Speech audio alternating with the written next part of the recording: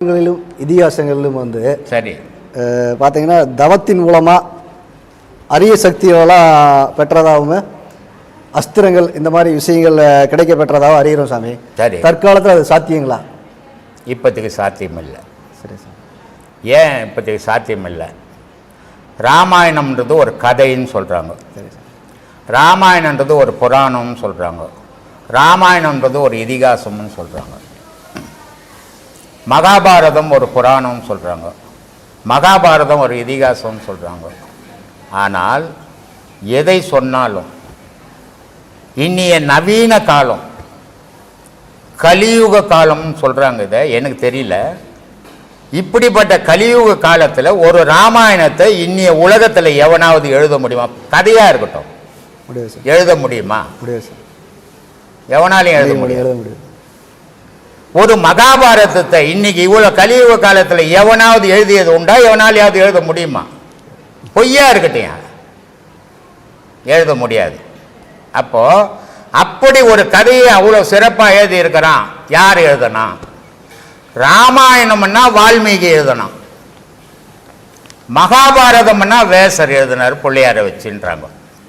ஆனால் இன்னிய மனிதனால ஒரு கதையை எழுத முடியுமா? எழுத முடியல. அப்போ அன்னைக்கு இருந்தவனுடைய சிறப்புக்கு இன்னைக்கு இருக்கிறவன் ஈடு கிடையாது இல்லையா? அன்னைக்கு இருந்தவனுடைய அறிவுக்கு இன்னைக்கு இருக்கிறவனும் அறிவு ஈடாயிடாது. இவன் சொல்லிக்கலாம், நானே சொல்லிக்கலாம் என்ன நான் பெரிய அறிவாளின்னுட்டு. ஆனால் என்னுடைய அறிவனுடைய தன்மையை நான் யோசித்து பார்க்கணும். அடுத்தவனுக்கு ஈடாகுமா ஆதியில் இருந்தவனுக்குன்னு. 2100 வருஷத்துக்கு முன்னே திருக்குறள் எழுதுகிறாரு வள்ளுவர்.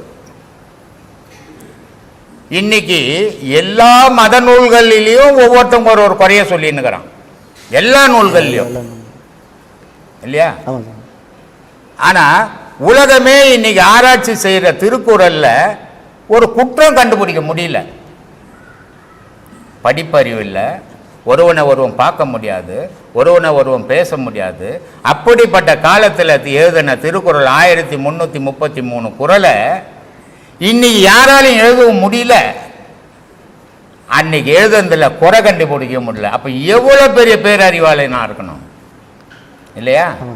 எழுதிட்டு போட்டுட்டு அவர் சொல்கிறாரு வள்ளுவர், மதுரையில் அரங்கேற்றம் பண்ணலை. அவைகிட்ட சொல்கிறார், என்னப்பா? அவைக்கு போய் கேட்குது, என்னப்பா உன்னுடைய குரலை அரங்கேற்றம் பண்ணிட்டாங்களா? இல்லை அரங்கேற்றம் பண்ணலை. ஏன் அரங்கேற்றம் பண்ணலை? இல்லை அங்கே இருந்த புலவர்கள்லாம் என்னுடைய குரல் தப்பு இருக்குதுன்னு சொல்லிட்டாங்க, அதனால் அரங்கேற்றம் பண்ணலை, நான் எடுத்துன்னு வந்து போட்டுட்டேன். ஏன் இப்படியே போட்டுட்டா அதுக்கு பயன் இல்லாமல் போயிடும்? அதை பற்றி எனக்கு கவலை இல்லை.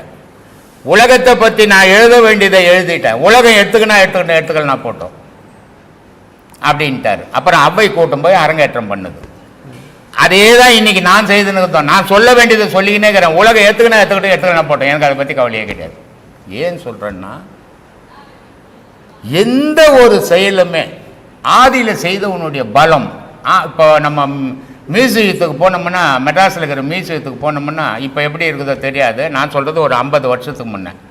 அந்த 50 வருஷத்துக்கு முன்னே இருந்த மியூசியத்தில் போனோம்னா வீரபாண்டிய கட்டபொம்மன் சண்டை போட்ட கத்தி, வீரபாண்டிய கட்டபொம்மன் சண்டை போட்ட கேடயம், பல ராஜாக்கள் வச்சு உபயோகப்படுத்தின பொருள்களை இன்றைக்கி இருக்கிற மனிதன் 2 கையால் கூட தூக்க முடியாது, அவ்வளோ வெயிட்டு.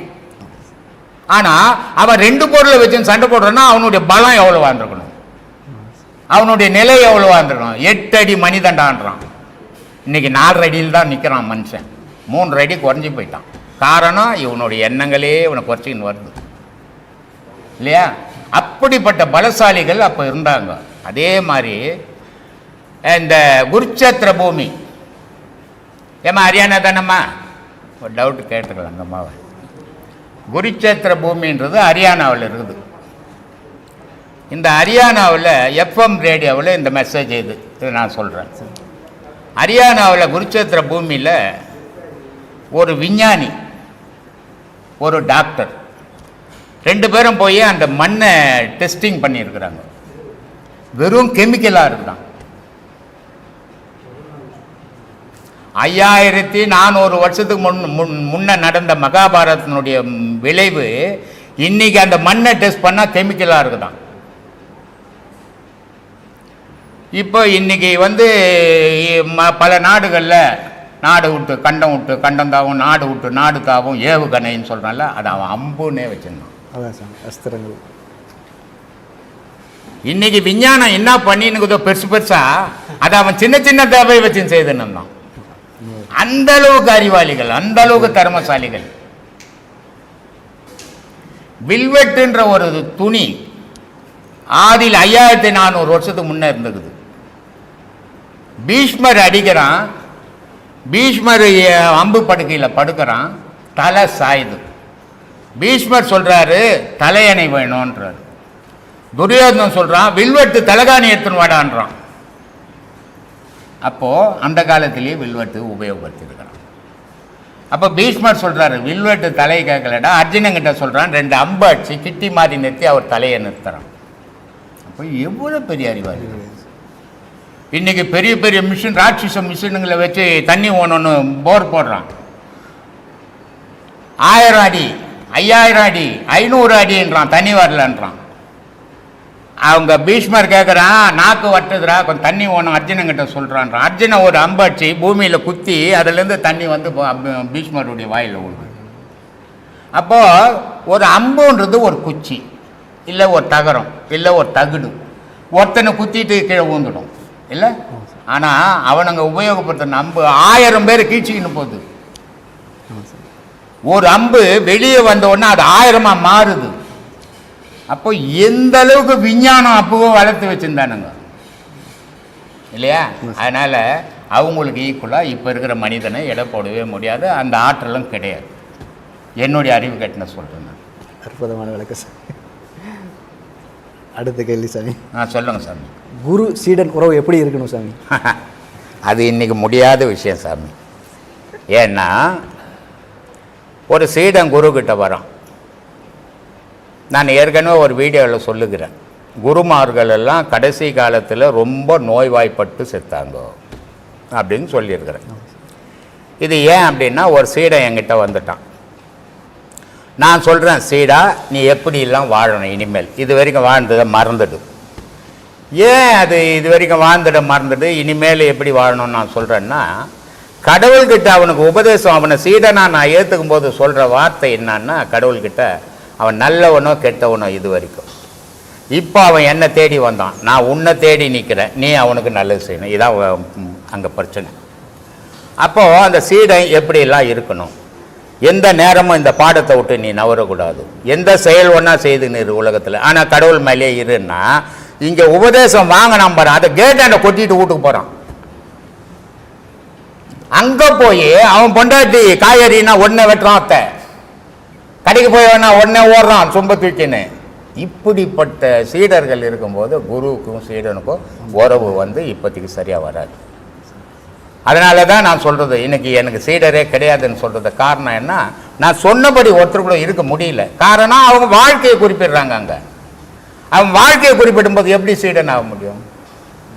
ஆதியில் எப்படி இருந்தான்னா, ஒரு குரு கிட்ட சீடனாக போகிறவன் 12 வருஷம் அவன் கூட தான் இருக்கணும். யார் கூட இருக்கணும்? குரு கூட இருக்கணும். அந்த 12 வருஷம் அவனுக்கு என்ன வேலை? குரு சொல்கிற பாடத்தை செய்யணும், அங்கே பெருக்கணும், குருனுடைய துணி துவைக்கணும், குருவுக்கு சோறாக்கி போடணும். இதையெல்லாம் செய்து இந்த பாசம்ன்றது மனசில் அருந்து போயிடும் அவனுக்கு. 12வது வருஷம் அவன் ஊருக்குள்ளே நுழையும் போது அவனுக்கு பாசம்ன்றதே தெரியாது, மனுஷன் மட்டும்தான் தெரியும். அப்போது அந்த குருவும் சீடனும் சரியாக இருந்தான்.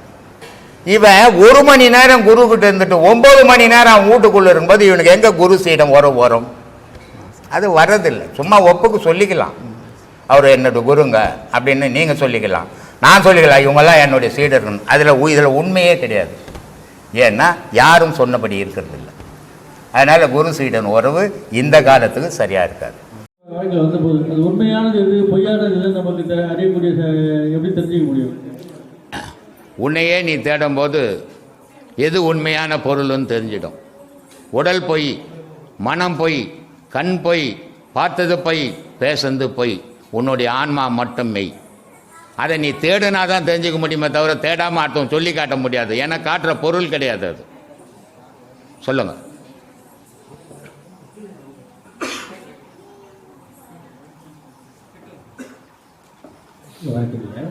முன்னாடி சொன்ன மாதிரி இப்போ நீங்கள் சொன்ன மாதிரி அந்த தேடுதல் எல்லாருக்குள்ளேயும் இருக்குது. எனக்குள்ள அந்த தேடுதல் இருந்து தான் பல இடத்துல போயிட்டு இருக்கும். என்னோட கேள்விக்கு சரியான விதத்தில் விளக்கம் கொடுக்கல அல்லது விளக்கம் சொல்ல தெரியலையே என்னன்னு தெரியல. சித்தர் பாடலில் சொன்ன மாதிரி ஓடி ஓடி ஓடி ஓடி ஓடி முக்கலந்த ஜோதியை நாடி நாடி நாடி நாடி நாட்களும் கடந்து போனதுன்ட்டு என்னோட காலங்களில் கூட நிறைய கடந்து தான் போயிருக்கு. இறைநிலையை உணர்வதற்கும் இறைநிலையை தேடுவதற்கும். ஸோ அதில் சித்தர் பாடலில் ஒரு பாடல் போட்டிருக்காங்க, நட்டகல்லை தெய்வம் என்று 4 புஷ்பம் சாத்தி சுற்றி வந்து முணுமுணுக்க மந்திரம் ஏனடா நட்ட கல்லும் பேசுமோ நாதன் உள் இருக்கையிலே அப்படின்னு சொல்லியிருக்காங்க. அப்ப இறை வழிபாடு சிலை வழிபாடு நாங்கள் சாமியை கும்பிடலாமா அல்லது சாமியே கிடையாதா? அப்ப சாமி இல்லைன்னா முன்னோர்கள் இப்ப எல்லா அரசர்கள்லாம் அவ்வளவு பெரிய கோயில்களை கட்டியிருக்காங்க, என்ன காரணத்துக்காக இந்த தத்துவத்தை கொடுத்திருக்காங்க?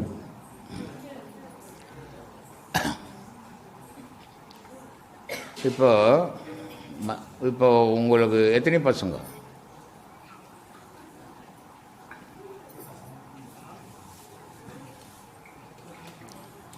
2 பையங்க. 2 பையன். என்ன படிக்கிறாங்க? பெரியவன் போரூர் ராமச்சந்திராவில் மெடிக்கல் படிக்கிறான். எங்க? போரூர் ராமச்சந்திரா. 11ஆ? போரூர் ராமச்சந்திராவில் மெடிக்கல் காலேஜில் மெடிக்கல் படிக்கிறாங்க. ரொம்ப சந்தோஷம். 10th படிச்சுட்டு இருக்காங்க. சரி, ஏன் 1ஆம் கிளாஸ்ல விட்டு வச்சா என்ன? ஏன் அது மெடிக்கல் காலேஜ்லாம் எடுத்து போய் சேர்த்தீங்க? அது வளர்ச்சி தானே, அறிவை வளர்த்துக் கொள்வதற்கான. தெய்வீகம் கூட அப்படிதான், அறிவை வளர்க்குறதுக்கு தான் வச்சுக்குது, நம்ம வளர்த்துக்கல. தெய்வீகம்ன்றது எதுக்காக வச்சுக்குதுன்னா, கோயில் கோலெல்லாம் கட்டி வச்சுக்குது எதுக்காகனா அறிவை வளர்க்குறதுக்கு தான் வச்சுருக்குது. இப்போ நீங்கள் பாடினீங்கள பாட்டு, நட்டக்கல்லை சுற்றியே 4 புஷ்பம் சாத்தியே சுற்றி வந்து முணுமுணுக்கும் மந்திரம் ஏதடா நட்டக்கல்லும் பேசுமோ நாதன் உள்ள இருக்கையில் சுட்ட சட்டி கறி சுவை அறியுமோன்னு சொல்லிட்டார்ல. அப்போ அது எப்போ கேள்வி வரும்? அந்த கேள்வி இப்போ உங்களுக்கு இந்த வயசில் வரும். உங்கள் பையன் 5 வயசில் போய் கோயிலாண்ட நின்று நான் கேட்பானா? ஏன் கேட்க மாட்டான்? நீ அவனை மனுஷன் தானே, கேட்க வேண்டியது தானே. அவனுக்கு ஏற்ற கேள்வி கேட்குற அறிவு அப்போ வளரல இல்லையா? இப்போ கேள்வி கேட்குற அறிவு வளர்ந்துருக்குது. இப்போ நீங்கள் இன்ஜினியரிங் டாக்டர் படிக்க வச்சுன்னுக்கிறீங்க, எதுக்கு? நல்லா சம்பாதிக்கணும், அப்போ தான் அவன் வாழ முடியும். அதே மாதிரி இந்து மதத்தில் சரியே கிரியே யோகம் ஞானமும் 4 பதம் வச்சுருக்குது. முதல்ல அது என்ன, அது கடவுளா இல்லையா தெரியாது. இப்போ ஒரு 1ஆம் கிளாஸ் பையன்கிட்ட எடுத்துன்னு போயிட்டு, டேய் நைனா கடலில் கப்பல் போகுது தெரியுமாடா உனக்குன்னா தெரியுமா? தெரியாது. அப்போ என்ன பண்ணணும்? ஒரு அட்டையில் ஒரு கடல் வரையணும், அதில் ஒரு கப்பல் வரையணும், இப்படி தான்டா இருக்கும்னு காட்டணும், அப்போ தான் அவனுக்கு புரியும் இல்லை? அப்படி காட்டுறது தான் கோயில். அதுக்கப்புறம் இப்போ மெடிக்கல் காலேஜில் படிக்கும்போது கப்பல் போகிறது தெரிய மாட்டேங்குதுன்னா நம்ம காது மேலே அடிச்சிடுவான் இல்லை? அந்த மாதிரி காலத்துக்கு ஏற மாதிரி அறிவு வளரும். அந்த அறிவுக்கு ஏற்ற மாதிரி தோற்றங்களை வச்சுக்கிறாங்க. இது கடவுள், இது நம்மளை விட உயர்ந்தது, இது மேலே பக்தி செலுத்தணும், இதான் நம்மளை காப்பாற்றுது அப்படின்ற எண்ணத்தை வளர்க்கறதுக்காக அது வச்சுக்குது. இதை தான் சொல்கிறார். அது எப்போ அது பேசுச்சடா கடவுள் உன்னுக்குள்ளே இருக்குதடா அப்படின்றார். எப்போ? உச்சத்தில் சொல்கிறார். ஆரம்பத்தில் அங்கே தான் நீ போய் பேசணும். தாய் கர்ப்பத்திலேருந்து ஏந்து வந்துட்டோம், நம்ம பிறந்துட்டோம். ஏன் வந்துட்டோம்? நம்ம புள்ள தானே. ஏந்து நின்று ஓடுவோமா? ஊந்து எழுந்து எழுந்து அப்புறம் நடந்தால் தான் முடியும். அதே மாதிரி பக்தியில் கூட இப்படியெல்லாம் மூடத்தனமெல்லாம் போய் வந்தால் தான் தெளிவு தெரியும். அதுக்காக இதெல்லாம் வச்சது. எதுவுமே தப்பு இல்லை. நம்மளா தப்பாக நினச்சிக்கிறதால தப்பாக போச்சது. கல்லுன்னு இருக்குது, அதை நீ கல்லுன்னு நினச்சா அது கல் தான், கடவுள்னு நினச்சா அது கடவுள். ஆனால் அதே கடவுள் பல பேருக்கு பல நன்மையை செய்துக்குது. ஆனால் அதே கடவுள் யாருக்குமே எதுவுமே செய்யலை அந்த கல். ஏன் சொல்லுங்க? நாங்கள் பாட்டெல்லாம் பாடினீங்க.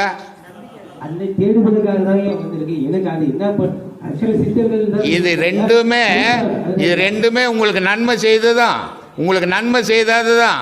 அங்கே இருக்கிற கல்லும் இல்லை, அங்கே இருக்கிற கடவுளும் இல்லை. உங்கள் மனம், உங்கள் மனம் பக்குவப்படுறதுக்கு தான் அது வச்சிருக்குது. அதனால் உங்கள் வீட்டுக்கு வந்து ஒரு பொட்டி கொடுக்காது அது, அதை கும்பிடுறதால. இல்லை கொடுக்கலனாலும் உங்கள் வீட்டுக்கு வந்து ஒன்று உதைக்காது. உன் மனம் அதை கடவுள்னு நினச்சா நினச்சிக்கோ, இல்லைன்னா இல்லைன்னு போ. ஏன்னா கடவுள்னு இருந்தால் சொன்னாலும் அது இருக்க போகிறதில்ல, இல்லைன்னு சொன்னாலும் இல்லாமல் இருக்க போகிறதில்ல. ஏன்னா அது இல்லாத இடத்துல நீ இருக்க முடியாது. முதல்ல கடவுள்னு ஒன்று இல்லைன்னா நீ இருக்க மாட்ட. உனக்குள்ள கடவுள் இருக்கிற வரைக்கும் தான் உனக்கு பேர் மனுஷன். உன்னை விட்டு கடவுள் வெளியே வந்தால் உன் பேர் போனோம். அதை புரிஞ்சுக்குங்க. முதல்ல பேரே மாறிடும். நாய் செத்தா நாய் தான், புலி செத்தா புலி தான், பூனை செத்தா பூனை தான். நீ செத்தா மனுஷன் சொல்ல மாட்டான், போனான்டான்னுவான். இழிவான பேர் இந்த மனுஷனுக்கு தான். காரணம் கடவுள் வெளியே போனால் இவன் இல்லை, கடவுள் இருக்கிற வரைக்கும் தான் மனுஷன். சொல்லுங்க. நிலையில இருக்கக்கூடிய அந்த கடவுளை எப்படி இருக்குங்க? அந்த கடவுள் எல்லா இடத்துலயும் இருக்கு, நமக்குள்ள கடவுள் இருக்கு. அந்த இறைத்தன்மை இப்ப யார் பேசுங்கிறது? யார் பேசுங்கிறது? இப்ப பேசிட்டு கடவுள் தான் பேசுது. பணம் பேசுமா? பேசாது. பேசாது. அப்ப பேசுறது எது? என்னுள்ள இருக்கக்கூடிய உயிர். உயிர்ன்றது தான் கடவுள். அது இல்லைன்னா நீ இல்லையே. அப்ப அதை எப்படி நீ உணர்றது? நீ இப்ப பேசுறீ, அதுவே உணர்வு தானே. உணர்வு இல்லை நீ இப்ப இங்க வந்திருக்க மாட்டியா? அந்த உணர்வு இல்லைன்னா நீ இவ்வளவு தூரம் வர முடியாது. போன ஏந்து நடந்து வருமா? வராது. அப்ப இந்த உணர்வு இருக்குது. உயிர்ன்ற உணர்வு, கடவுள் என்ற உணர்வு உனக்குள்ள இருக்கிறதால தான் நீங்க வந்த இந்த கேள்வியை கேட்கிற. அது இல்லைன்னா இந்த இடத்துக்கு வர முடியாது உன்னால. சொல்லுங்கப்பா.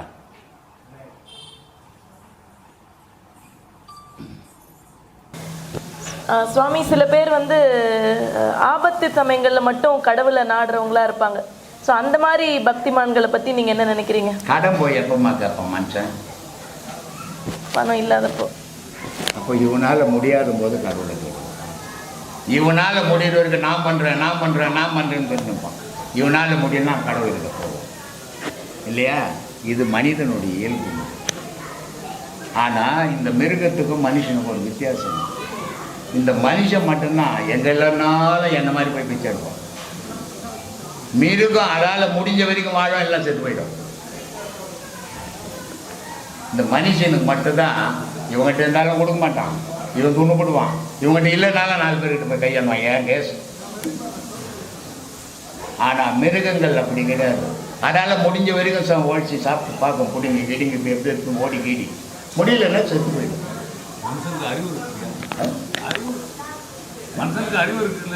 ஆமா, ரொம்ப அறிவு. எல்லார்கிட்ட போய் பிச்சை எடுக்க சொல்லும். பயங்கரமான அறிவு இல்லை அது. என்ன விளையாட்டாது? வைராக்கியமா வாழுது அது. நம்ம வைராக்கியத்துக்கு இல்லை. ஐயா ஐயா ஐயா ஐயா சொல்லுமா. சுவாமி, இப்போ திரும்பவும் இப்போ கடவுள் அப்படின்னா ஜாதி மதம் எல்லாத்துக்கும் அப்பாற்பட்டவர் அவர், சரியா? அப்படி இருக்கிறப்ப வந்து கோவில் உருவ சிலைகள்லையும் கடவுளோட படங்கள்லையும் வந்து ஏதோ ஒரு குறிப்பிட்ட சமூகத்தோட அடையாளத்தை பார்க்குற மாதிரி இருக்கு. ஸோ இதை பற்றின உங்கள் கருத்து? இதெல்லாம் மனுஷன் வச்சிருக்கேன். கடவுள் எங்கேயாவது வந்து ஒரு கோவில் கட்டிக்கிச்சா? எங்கேயாவது வந்து அதனுடைய சிலையை பிரதிஷ்டை பண்ணிக்கிட்டா? கிடையாது. கோயிலில் ஜாதி சிம்பல் காட்டுறது, மத சிம்பல் காட்டுறதுலாம் சாக போகிற மனுஷன் பண்ணிங்கிற சிம்பல். ஆனால் கடவுள் எங்கேயுமே சிம்பலை காட்டாது. கடவுளுடைய சிம்பல் இருக்குது. அது என்ன சிம்பல் தெரியுமா? என்ன சிம்பல் தெரியுமா? வேற்றுமை இல்லாத சிம்பல். எங்கேயாவது வெயில் காய்ஞ்சதுன்னா ஆனவனுக்கு வெயில் காயுது, ஆகாதவனுக்கு வெயில் காயுதுக்குதா இருக்குதா? காற்று அடிச்சுன்னா வசதியான காற்று, வசதி இல்லாத காற்று அடிக்குதா? சொல்லுமா. கம்மனு தான் எப்படி நான் ஏன் போயின்னு இருப்பேன் நான். மழை பெஞ்சா ஆனவனுக்கு ஒரு மழை, ஆகாதவனுக்கு ஒரு மழைக்குதா? இதிலிருந்து புரிஞ்சிக்குவானவா இறைவன்கிட்ட வேற்றுமை இல்லை, மனிதங்கிட்ட வேற்றுமை இருக்குது. இறைவனுடைய செயல் இந்த பூமியில் நல்லவனும் வாழறான் இல்லை, கெட்டவனும் வாழறான். நல்லவன் மட்டும் வாழறான், கெட்டவெல்லாம் உள்ள போட்டு வெடிக்கிச்சிடலாம்ல, வெடிக்கலையே. அப்போது இறைவனுடைய படைப்பில் வஞ்சனைன்றதே கிடையாது. ஆனால் மனிதனுடைய மனத்தில் வஞ்சனை. அதனால் மதங்கள் சொல்லு இப்படிலாம் சாமி, எப்படி சாமி இப்படியே என்கிட்ட மல்லு கட்டுறேன், கொஞ்சம் ஹெல்ப் பண்ணக்கூடாதா எனக்கு? சுவாமி, பிரேக் வேணும்னா போயிட்டு வாங்க. இல்லை முடிவுக்கு வந்துட்டேன். சரி, முடிஞ்ச வரைக்கும் பார்க்குறேன், ஒயிட்ஸு பார்க்குறேன். முடியலன்னா ஓடி போகிறேன். 4 கேள்வி தான் முடிச்சுக்கலாம். சரி சுவாமி, இப்போ வந்து பெண்கள் அப்படின்றப்போ வந்து அவங்களோட புனிதத்தன்மை வந்து அவங்க வந்து தாய்மை அதெல்லாம் பற்றி பேசுகிறோம். இப்போவும் வந்து மாதவிடாய் காலங்களில் வந்து பெண்களை வந்து ஒரு தீண்டத்தகாதவங்க மாதிரி ஒதுக்கி வைக்கிற சில சமூகம் இருக்குது. யார் ஒதுக்கி வைக்கிறாங்கம்மா?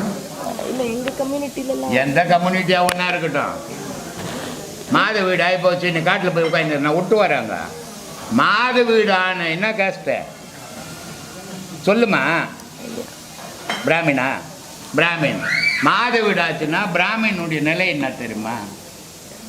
அவளை முட்டாள்தனமாலாம் வைக்கல, பெரிய அந்த காரணம் தான் தெரிஞ்சுக்க விரும்புகிறேன். அறிவுபூர்வமாக வச்சிருக்கிறான். சாதாரண பொம்பளைங்களுடைய வீட்டில் இன்னிய காலத்தில் ஒரே ரூமுக்குள்ளே புருஷன் பொண்டாட்டி குழந்தைங்க வாழறாங்க. அவங்க மாத வீடு வேணால் அந்த வீட்டுக்குள்ளே தான் வாழ்ந்தவங்க. முன்னெல்லாம் பெரிய பெரிய வீடு. பிராமண வீட்டில் சாதாரண அந்த பெரிய பெரிய வீட்டில் மற்ற கேஸ்ட்டுக்காரங்க மாத வீடாகி போச்சுன்னா அவங்க ஒரு 3 நாளைக்கு தனிமையில் போய் உட்காந்துருவாங்க இல்லையா? இது எல்லா கேஸ்ட்டுக்கும் நடக்கிறது. ஆனால் பிராமின்ஸில் எப்படின்னா இப்போ தனிமையில் உட்காரும் போது ஆம்பளை பார்த்தானே ஓ இந்த வீட்டிலேருந்து பொம்பளை வீட்டு தூரம் இருக்குது அதனால் உட்காந்துக்கணும். பிராமின்ல எப்படின்னா வீட்டு தூரமானால் குறுக்க ஒரு உலக்க வைப்பாங்க. தெரியுமா தெரியாதா? இந்த மாதிரி போட்டு உயிர் எடுக்கிற உலக்க குறுக்க போட்டுட்டு ஓலக்கிக்குள்ளே உட்காந்துப்பாங்க. ஓலக்கிக்குள்ளே உட்காந்துப்பாங்க. அப்போது அந்த வீட்டு ஆம்பளைங்களும் அந்த வீட்டுக்கு வர ஆம்பளைங்களும் உலக்க குறுக்க வந்தோன்னம்மா அந்த வீட்டுக்கு இருக்கிறாங்க அப்படின்னு தெரிஞ்சுக்கணும். இது அடையாளத்தை காட்டுறதுக்காக வச்சாங்க. வலிச்சுட்டு இப்போ காட்டில் விட்டு வந்தாங்க. பெண்ணுன்றது ஒரு புனித பொருள், அதில் எந்த மாற்றமும் கிடையாது. ஆனால் இந்த மென்சஸ்ன்றதை வச்சுக்க முடியுமா சொல்லு? அது ஒரு துர்நாத்தம் வீசுகிற பொருள். ஆனால் அந்த துர்நாத்தம் தான் மந்திரம் சொல்லிக்கிறோம். அந்த துர்நாத்தம் தான் கடவுள் வழிபாட்டில் இருக்கிறோம். அந்த துர்நாத்தம் தான் கடவுளை தேடுது. ஆனால் அந்த துர்நாத்தம்ன்றது ஒன்று இல்லைன்னா மனிதன் ஒருத்தர் இருக்க மாட்டான். ஆனால் அந்த இடத்துல சுத்தம் வேணும் அப்படின்றதுக்காக அந்த 3 நாள் அந்த மென்சஸ் தொடரும். அதனால் அவங்க தனித்து இருக்கணும். நானே உபதேசம் கொடுக்கும்போது என்ன சொல்கிறேன், மென்சஸ் டைமில் பாடம் பண்ணாதீங்க தயவுசெய்து, பண்ணிங்கன்னா ப்ளீடிங் ஜாஸ்தி போகும் அப்படின்னு சொல்கிறேன். அப்புறம் என்ன எங்கள் இதில் ஒதுக்கிட்டாங்க, எந்த பொம்பளையும் இப்போ காட்டில் விட்டு வந்துட்டாங்க. இது காரணங்கள் இருக்குதும்மா. பெரியவங்க அவ்வளோ முட்டாள்கள் இல்லை, நம்ம முட்டாளாக இருக்கிறோம். பெரியவங்க அறிவாளிங்க, அவங்களுடைய அறிவுக்கு நம்ம அறிவு ஈடாகும். என்ன காலங்களில் சில கட்டுப்பாடுகள் இருக்குல்ல, இந்த டைம் சாப்பிடக்கூடாது, சரி, அந்த மாதிரி சில ப்ரெக்னென்ட் லேடிஸ் சாப்பிடக்கூடாது, இந்த டைம்குள்ளே சாப்பிட்றணும், தர்ப்ப போடணும், அந்த மாதிரி சில கட்டுப்பாடுகள் இருக்குல்ல, அதோட காரணங்கள் என்ன சுவாமி? இப்போ தான் அந்த பையன் ஒருத்த கேள்வி கேட்டான், பௌர்ணமிக்கும் நமக்கு என்ன சம்மந்தம் இருக்குது? பௌர்ணமிக்கும் நமக்கும் மட்டும் சம்மந்தம் இல்லை, பௌர்ணமிக்கும் இந்த பூமிக்கும் நிறைய சம்மந்தம். அதே மாதிரி இந்த கிரகம் பிடிக்கிறது அதுக்கும் நமக்கும் சம்பந்தம் இருக்குது. இது ஒரு கர்ப்பஸ்திரீ அந்த நேரத்தில் கிரகணம் பிடிக்குது, அவங்கள ஏதோ திட்டினேன், அந்த கணவங்கார மனைவியை திட்டினான், அந்த திட்டு போய் அந்த கர்ப்பத்தில் இருக்கிற குழந்தைய பாதிச்சு. கிரகண காலம் எதையாவது ஒரு இலையை அப்படியே தமாசா கீழ்ச்சி போட்டுருந்தா உங்கள் குழந்தை வயிற்றில் இருக்கிற குழந்தை வாய் கீழ்ச்சி போயிடும். இது இயற்கை தான், நீ தான் இயற்கை. அந்த இயற்கையினுடைய செயல் அப்படி ஆக்கிடும். தர்பைன்றதே ஒரு கெமிக்கல். தர்பை சாதாரணமானது இல்லை, அது ஒரு கெமிக்கல். அதை சூரிய கிரகணமோ சந்திர கிரகணமோ பிடிக்குதுன்னா அந்த தண்ணியிலலாம் ஒரு கதிர்வீச்சு வரும். அந்த கதிர்வீச்சை நீ குடிச்சின்னா உனக்கு உடம்பு சரியில்லாதாயிடுது. அப்போ அந்த தர்பையை போட்டிங்கன்னா அந்த கதிர்வீச்சை அந்த தர்பை எடுத்துடும். அப்போ நீ உபயோகப்படுத்திக்கலாம். அதனால தான் சாப்பாட்டில் தர்பை, தண்ணியில் தர்பை, குழம்புல தர்பை. மடையனாவ அறிவாளிகள் நம்ம மடத்தனமாக யோசிச்சுக்கிறோம். அதனால் அதெல்லாம் சரியான வழி. சுவாமி, இந்த ஐயப்பன் கோவில் வேணாமா, அதுவும் கேட்க சொன்னாங்க. நிறைய பேர் மனசை புண்பட்டு. இன்னொன்று அடுத்த ஜென்மம் வேண்டாம் அப்படின்னு ஒரே வார்த்தை அப்படிங்கிறவங்க இந்த ஜென்மத்தில் என்ன செய்யணும்? தன்னையே நினச்சி உருகிடும்.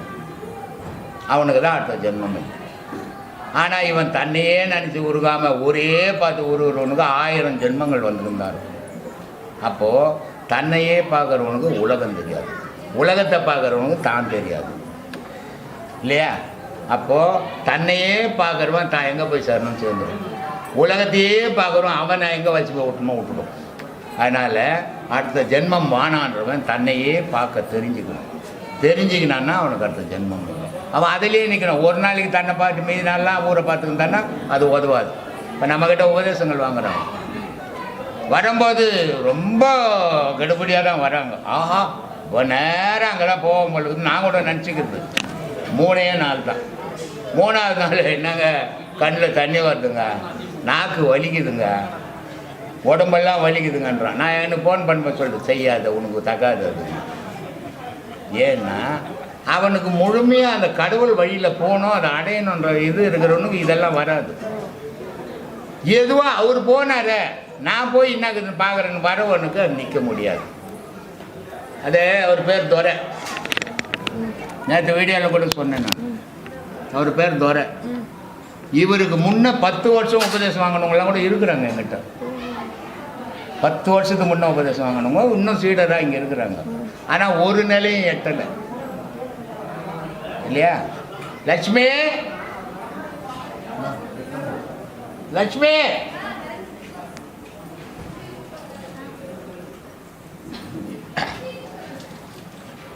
இப்போ ஒரு 1.5 வருஷம்தான் ஆகுது அவர் உபதேசம் வாங்கி. அவர் உச்சத்துக்கு போயிட்டார். இத்தனைக்கும் அவருக்கு கம்பெனி இருக்குது, 2 ஆம்பளை பிள்ளைங்க இருக்கிறாங்க. ஒரு பையன் இன்ஜினியரு, ஒரு பையன் +2 படிக்கிறான். குடும்பம் இருக்குது இல்லை, அதை பார்க்கணும் இல்லை. அவர் கடவுளை பார்க்கணுன்ற வைராக்கியம் தியானத்தில் பூந்தாருன்னா 5 மணி நேரம் வெளியே வர மாட்டாரு. அப்போது கடவுள் மேலே இந்த மனம் செலுத்துகிற வெறி அங்கே போய் உட்கார்றாரு. நம்மால் என்ன பண்ணுறேன், சாமி நான் 10 நிமிஷம் உட்காந்தேன் சாமி, இந்த காலெல்லாம் வரல சாமின்ற. ஏன் கால் நோதே கை நோதே உட்காரலாமா எழுந்து போயிடலாமா நினச்சிக்கினே உட்காந்துக்கலாம். நீ எங்கே நினைக்கிறியோ அங்கெல்லாம் வலி வரும். இந்த காலில் முள் எடுப்பாங்க தெரியுமா? காலில் முள் கொத்திச்சுன்னா முள் எடுப்பாங்க. அவன் பின்னு காலாண்டு எடுத்து போகிறதுக்குள்ளே இவன் காலை வலிப்பான் ஓன்னு கத்திக்கினேன். அதுக்கு அவங்க சொல்லுவாங்க பச்சை மரத்தை பாரு அப்படின்வாங்க. பச்சை மரத்தை அவன் பார்த்துக்கிட்டே இருக்கும்போது இங்கே முள் எடுத்துருவாங்க. ஏன்?